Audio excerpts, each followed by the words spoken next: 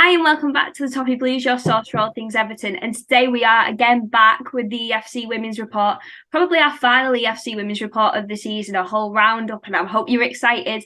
I am. And today I'm joined by Peter McFarlane from the Blue Room, who hosts the EWFC Podcast as well, alongside Sarah Halpin. Peter, how are you? I'm great, thanks, Keira. Very hot, but yeah, enjoying the downtime at the moment. A bit of a relief to sort of have a few weeks off from the football. Yeah, it's lovely to have a break, isn't it? Especially from Everton. Absolutely, I think that's it. I've been saying sort of all season. Obviously with everything going on with the men's team, it's been such a stressful time to be an Evertonian, but I feel like the women's team have really kept me going. Certainly, in the darkest days when we've been leaving back on the Saturday feeling totally deflated. I've been going to Walton Hall Park and having the time of my life. So it's been a sort of it's been a strange season in many ways. But certainly the women's team are just fantastic. So they've kept me going. Yeah, it's been a season of ups and downs, hasn't it? But as you said, the women's team have been the ones that have kept us all going, I think, through this. And that is why we do this show. So I'd like to talk about, first of all, the Arsenal game. We're going to skip the Chelsea game, guys, because we don't want to talk about it. It's not a result. Just pretend it didn't happen. Just pretend that game didn't exist. But unfortunately, Everton did lose 4-1 at home to Arsenal, who are a class side, quality side with some quality players, despite all the 300 ACL injuries. But they are a class side. We looked very dominant in the opening 25 minutes, I thought, personally, and I thought we could have. There was a few opportunities where we went through on goal, and I thought maybe we'd get the lead, but it was unfortunately Arsenal that got the lead, and we went 4 goals down just before half time. I just wanted to get your opinions on that first half as well, especially being at Walton Hall Park. Yeah, you're absolutely spot on. I thought that we were a dominant side up until the first goal. And it sounds crazy when you look at the half-time score. It's 4-0 to Arsenal, and you think, how did that happen? I just think it was one of those games where, if we take one of those early opportunities, if we get ourselves in front, then obviously it's a completely different picture at the end of the game. I thought Arsenal weren't probably at their best even in the sort of first half an hour, but then we've got such quality in that side. You can't give them an inch, otherwise they'll take a mile, and that's what they did. But certainly, I thought we showed great spirit in the second half, especially after going down to 10 after Aggie Beaver-Jones got sent off. I thought that the team showed terrific fight, terrific togetherness, and a great spirit to be able to go back out in the second half and put on a dogged, battling performance as well against such a quad. Yeah, they did put in the performance, and the result doesn't reflect the quality in our side, and the result was unfortunate for us, I think. And obviously, as you mentioned, Aggie Beaver-Jones got a red card for a challenge on Leah Wallity that unfortunately left her being stretched off the pitch. Aggie was originally given a yellow card, and we don't have VAR in the Women's League, so I'm still to this day confused as to why it got overturned or how it got overturned, because it wasn't a deliberate challenge. She didn't two-footer, but just unfortunate event, really. Yeah, I was as confused as you were at the time. I know that you stand sort of down that end as well, don't you? We're obviously always in the singing section in the stands, so we were on the opposite end. But I had a pretty good angle of it, to be honest with you, and it just looked like a very sort of, it's a challenge that you see, 3 or 4 times in every game. It was unfortunate that Leah actually planted her foot as well before Aggie sort of stretched for the ball. I always think when you look at replays, they always look a lot worse, because in real time, and when you actually look back at it, it wasn't like a proper lunge. She just over on the ball slightly. I felt that she got sort of knocked off balance slightly as well. I think it was Jen Beattie who made a challenge on it, or sort of went to make it. So I was really disappointed for Aggie, because she's been such a fantastic signing for us this season. She's full of heart, full of that grit and determination, and it's something I wouldn't want to see her take out of a game. I certainly hope it doesn't affect her going forward. But yeah, I thought it was a strange one. Like you say, when the referee gives a yellow card, Cheryl Foster, the former Liverpool captain, by the way, who's on record as saying that she loved scoring against Everton when she was playing. I think that, I'm not sure whether she got a word in the ear from the Lions person or what happened there, to be honest with you. But like you say, there's no VAR, so I found it very. I think that it was upgraded to a red, not for the challenge, but rather the fact that the Arsenal player was obviously clearly injured. Thankfully, not as seriously as we first thought. I think it was only a 6-week injury in the end. Yeah, because they said she should still be in contention for the World Cup as well, for obviously Switzerland. Yeah. That is good news. Unfortunately for Aggie, that meant a 3-match ban, and that meant she wasn't going to play again for Everton for the season as she is on loan from Chelsea. So we do wish her all the best for wherever she may go next in her career. But hopefully we do get her permanently, because I absolutely love her. Watch this space. I was saying to her at the end of the Brighton game, we were talking the other side of the pitch because we had to present these awards, like Player of the Season awards. I chatted to Maggie and was saying, I asked her what she thought of our flags behind the goal, and she was saying she loved them, and she loves Meg Finnegan's new one that we put up. I love that one. It's just like, it's probably my favourite one we've ever actually done, to be fair. It's probably one of my favourite ones ever. But I said to Aggie, I said, if you sign for us next season on loan again, I'll get you a flag. And she looked at me and I said, so there you go. I said, that's your challenge. If you sign for us next season, I'll make sure you get your own flag. So if that sways it, then yeah. I really hope it does. I really hope it does. And we did get a goal back in that game as well through Catchy Snoy, who is now our top goal scorer this season.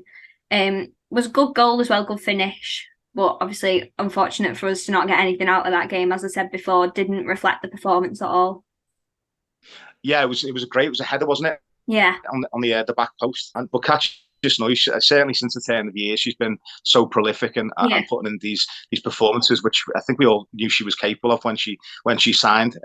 It took her a little while to bed into the side. Certainly, coming into a new league, it's always going to be tough. But I think certainly her form in the second half of the season was superb, wasn't it? And the amount of goals that she got and the impact that she had, and obviously we were singing her name non-stop for like the last 3 or 4 games with our new song for her. So yeah, she's I'm really looking forward to seeing Catchy next season as well. I think now she's had a full season to settle in. She's used to our system now as well. I think the players are really starting to understand her and her movements as well. So it's a really exciting player who I'm looking forward to seeing more of next season. Yeah, I totally agree. Obviously, very slow start she did have to the season, and as you said, completely understandable with coming into a new league, especially being one of the top flight English league as well. It's going to be difficult, but she's flourished these past couple of months, especially towards the end of the season. So yeah, as you said, really, really excited to see her next season. And then we've got a bit more positive news involving Catchy, is that we did then go on to beat Brighton 2-1 at home. Catchy got the first goal of the game. Unfortunately, then was levelled by England international Katie Robinson just before half-time. I wanted to get your thoughts on that game, because it was a bit of a difficult one to sum up, wasn't it? Because we dominated them. We absolutely, in my opinion, battered them, but then just couldn't seem to convert opportunities into goals. And it just ended up being 1-1 for like 90 minutes until Hannah Bennison obviously scored that injury time winner. So yeah, that was it. It was one of those games, those frustrating games when you're looking at the clock ticking down and you're thinking this just isn't going to go in. And like you say, I think we had deserved more than we got up to that stage. It was probably the final third that kind of let us down. We were doing a lot of really good build-up play, but the final third, the final ball into the box, their keeper, made a couple of saves. I think it was just one of those games, like you say, where you don't think it's ever gonna go in. But thankfully, Hannah Bennison steps up towards the end and scores an absolute screamer to win the game for us. And again, there's been a lot of results like this season where we scored late goals, and I feel like I remember Aggie Beaver-Jones scored a late winner as well, didn't she? In February, I think it was. But I think it shows, again, I talk about this a lot, the spirit and the togetherness of that squad. We've got the right mentality in that side where we do carry on until the final whistle. And a lot of teams, I think, probably would have crumbled, certainly all got frustrated and started having pop shots and things like that. But we kept the ball. We kept wanting to play the ball around. One thing that was interesting as well, just to go off subject slightly, we actually had a supporters club. We got shown round Finch Farm just before the last game of the season. It was after the Brighton game, and I actually spoke to Brian Sorensen, and the way he explained his philosophy to me, it kind of changed my whole outlook on as a fan watching football. And it sounds really strange, but the guy is he's such an intelligent sort of, the way he sees the game and the way he wants the game to be played. I understand it a lot better after having just spoken to him about it. And he basically said that for example, when we got beat by Chelsea and it was 7-0, the Arsenal game, or in the Chelsea game, we still continue to try and play our football. In the Arsenal game, it was slightly different, where at half-time we had to go a bit more defensive because obviously, we were a player down and we managed to get a goal back. And, that was a bit... But what he said, I'll learn more about my players losing 7-0 to Chelsea, but playing our style than I would if I just sat everyone behind the ball and went for a draw. And he said because long-term, he wants these players to be able to play this style and take on the top teams. So that's why he sticks with his style and his sort of, and it can be quite frustrating, for me as a supporter, because sometimes I'm like, just hit it long, just lump it up. But actually, when he's talking about the long-term ambition of the club to be able to play that football and to get the players used to playing that football and to continue to play that football. The Brighton game, for example, is an example where we did carry on playing and we carried on with that and we managed to get the breakthrough in the end. So I'm kind of like backing off a little bit in terms of my in terms of next season. I think I'll be backing off a little bit in terms of my frustration if we are kind of keeping hold of the ball a bit, because the long-term ambition is to sort of be able to play that way against the top teams. I think if everyone knows me and seen my Twitter and knows how many rants I go on a weekly basis about them passing out from the back, because I just hate I'm the same. I'm the same, honestly. I'm the same. I've got this thing about 3 at the back. I hate it, but for some reason. Yeah, Brian. 5 minutes with Brian, you'll change your whole mind. That's what I need. I think I need to have a sit-down chat with him and be like, please just explain it to me, because it's just messing with my head. I think it's going to have to happen. We're going to have to arrange that. Yeah. But we'll speak to Sarah. We'll get Sarah to sort it for you. yeah. I'll speak to Sarah about it. But I'd also like to mention Nico Sorensen in that game as well. And obviously she didn't get a goal, but she was just phenomenal in that game. And she's been such an exceptional player since she's come back from injury. Obviously she was beforehand, but she had that very serious ACL injury. She's come back this season and her comeback's been incredible. And I just wanted to get your thoughts on Nico, because I know obviously the supporters club absolutely love her. Yeah, Nico's incredible, isn't she? And like you say, when someone suffers that kind of injury, the amount of times you see players come back and it's too soon, or they aren't quite able to hit the heights, or they aren't able to sort of slot straight back in. Nico looks like she's never been away. She's come straight back into the side. She's full of energy. She's full of running. She hasn't lost any pace either, which, again, that type of injury, sometimes you see it takes a while for players to get back up to full pace. But she's been tearing defenders apart since the turn of the year, since she's come back. And I think I'm right in that she's our top assist. She's got the top assist. Which is mad, because she was come back. Was it like just before Christmas? Yeah, that's it. Yeah, and you look at it and you think, she's certainly a player who I think is fantastic, phenomenal player, someone who we missed massively as well when she was out, but also a really good character as well. Someone who's really sort of, kind of embodies that fighting spirit that we have. And she actually got our Spirit of the Blues award for this season. She, from the supporters club, it was her and Courtney Brosnan both got an award for their sort of attitude and the way that they inspire us as supporters and the teammates around them. So yeah, Nico, fantastic. Yeah, she really is. And then we move on to our last game of the season, which was a narrow 3-2 defeat away to Man City, which, again, another unfortunate result, because we were very, very good in that game. It's just another team, again, that you face with such quality players. I mean, Bunny Shaw, come on, has been one of the best players, I think, in the WSL this season, alongside Rachel Daly. I think they're both up there with the best player of the season. It's just been absolutely.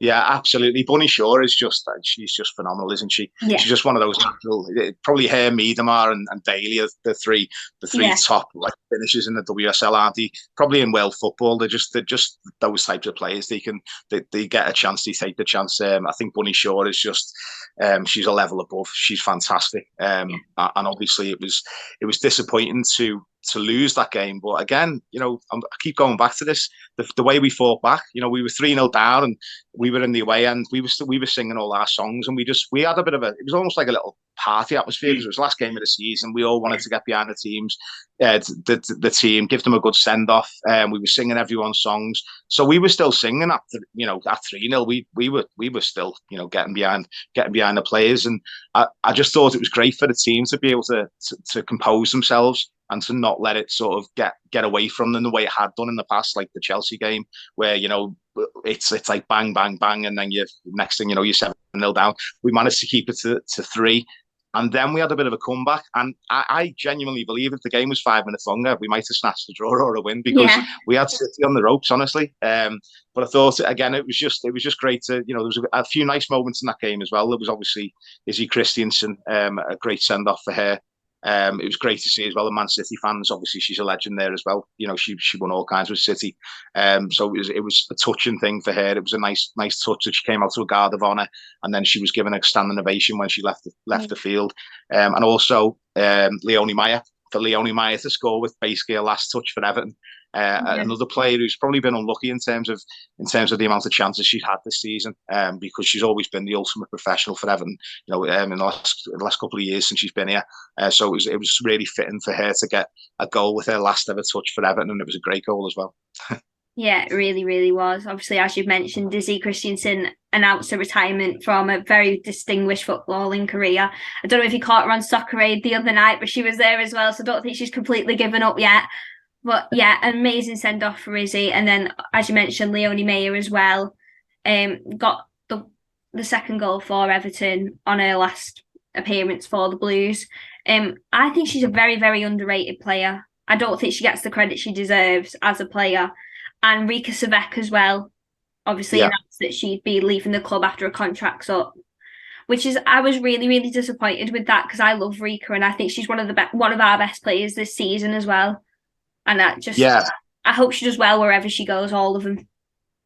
Absolutely. And I think to be honest with Rika as well, I look at it and think if there's one position where I feel like we've got quite a lot of options, it's probably that position. Yeah. So as much as a huge loss Rika is, just because she is a phenomenal player, it's a chance for someone else to step in now and to nail down that place. And I feel like that's kind of because we do have a lot of numbers in that position as well. And Meg Finnegan, for example, I feel like Meg, for me, should be starting. I think that Meg in particular system, Meg needs to be playing, and maybe that gives her a little chance to really nail down that, to confirm herself as one of the first choice centre halves. Obviously, Natalie Bjorn, who was phenomenal this season, another player who you would want to be nailed down in that centre half role, depending on what Brian's going to be doing.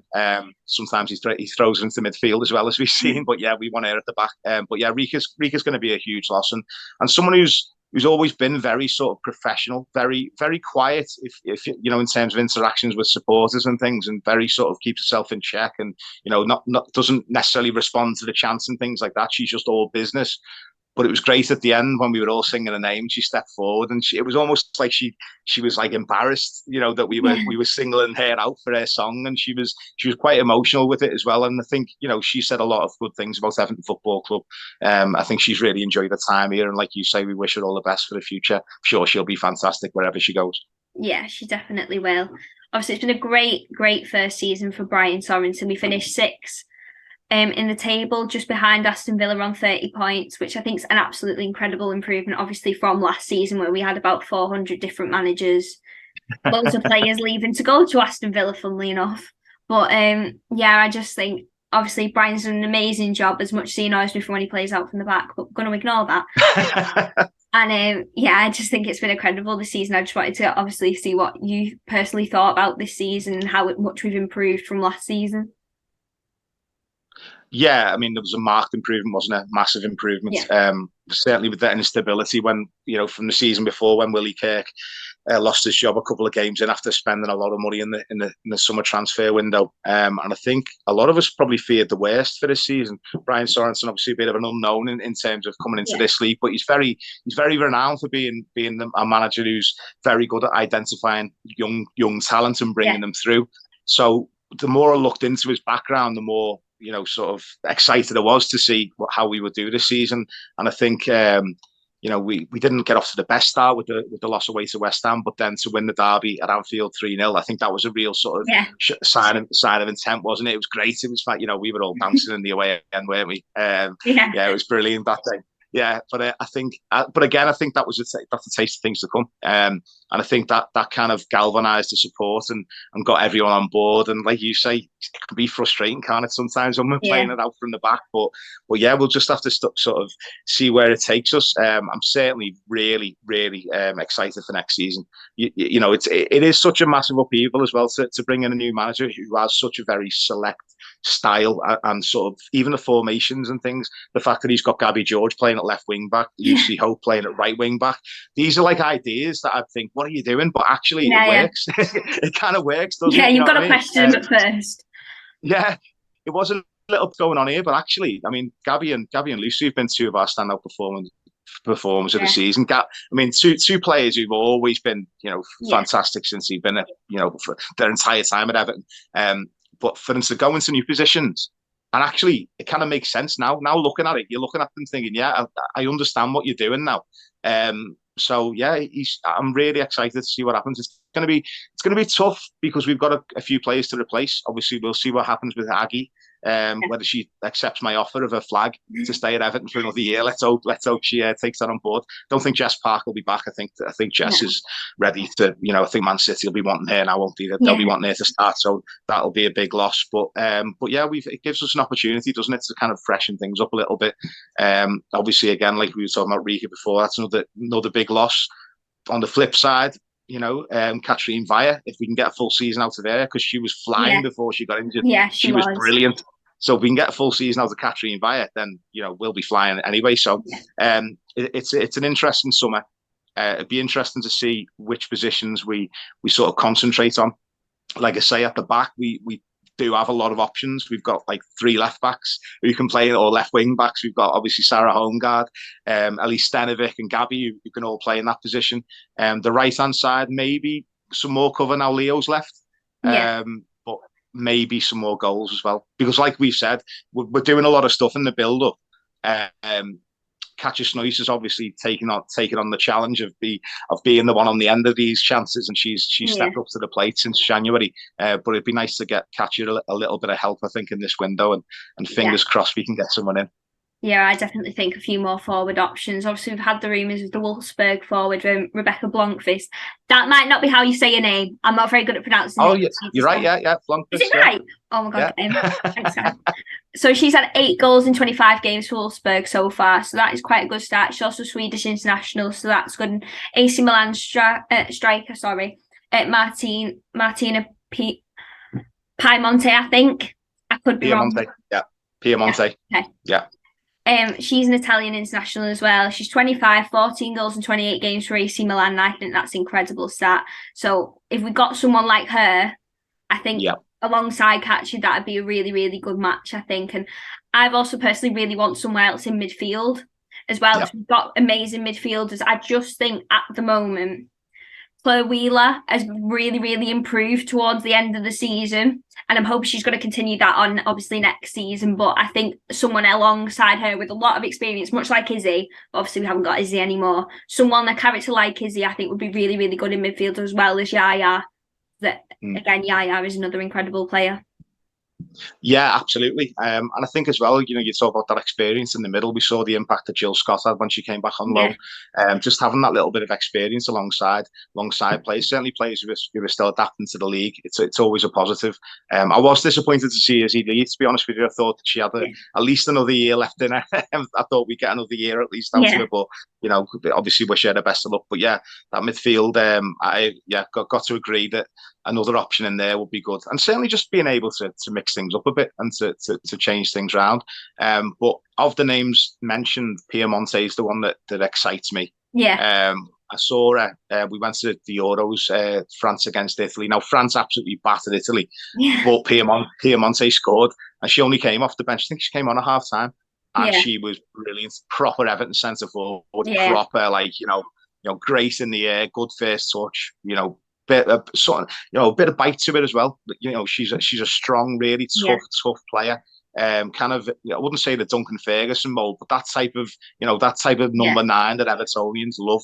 So I think Piemonte would be the sign, and I think she'd be the one I'd be looking at. It's certainly the type of forward we've really lacked since since Valerie Govan. Valerie Govan, when she came Yeah. in, she hit the ground running. She was incredible, and then she picked up the knee injury, and she just never really recovered. It was just before the FA Cup final. But those opening sort of couple of months that she was with us, she looked unplayable. She was brilliant. Yeah. And as I say, we just missed that kind of focal point, if you like. And I think someone like Piemonte will bring out the best in Katja Snoeis as well, because she's got someone to play off her and someone to be like that focal point and take the pressure off, and also someone to get on the end of the crosses as well. Yeah, definitely. And as I said, we're in a very positive position now going into next season. And obviously, as we've said, with a few quality additions, hopefully we should be taking that step now towards challenging for the top four and challenging with those top four sides. Hopefully. I'm not going to jinx it, but hopefully. So that would be great. But I think obviously we've got players now that are still at the club that have been incredible this season. Like, I think for player of the season, I'd definitely agree with what Everton said and give it to Natalie Bjorn. She's been so consistent this season. As you said, midfield and defence. You can just play her with. She might as well go up front at this point. That would be funny if she went up front. As well, she's captained the side on quite a few occasions. So yeah, I think player of the season, Natalie Bjorn, definitely, because she's been so consistent. I can't stress it enough how consistent she's been. She's just that. You cannot so reliable in, obviously, as I said, defence and midfield, and she's been a really key player this season, I think. And I'd also like to give honourable mentions and shout outs to Courtney Brosnan and Emily Ramsey as well in goal, because I just think they're both incredible. And hopefully we do get Rambo on a permanent basis as well, because obviously her contract is up at Man United. So let's all hope and pray.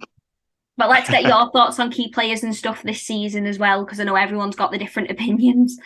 Yeah, absolutely. I mean, I saw that Natalie Bjorn got the Players Player of the Season, and I think, you couldn't argue with it. We found it really tough as a supporters club, to be honest with you, because we had a short list, but it wasn't a very short list because of just how many players were absolutely incredible. Again, the start of the season, Katrine Vaya was just unbelievable. I mean, I hadn't realised just how good she was until I saw her.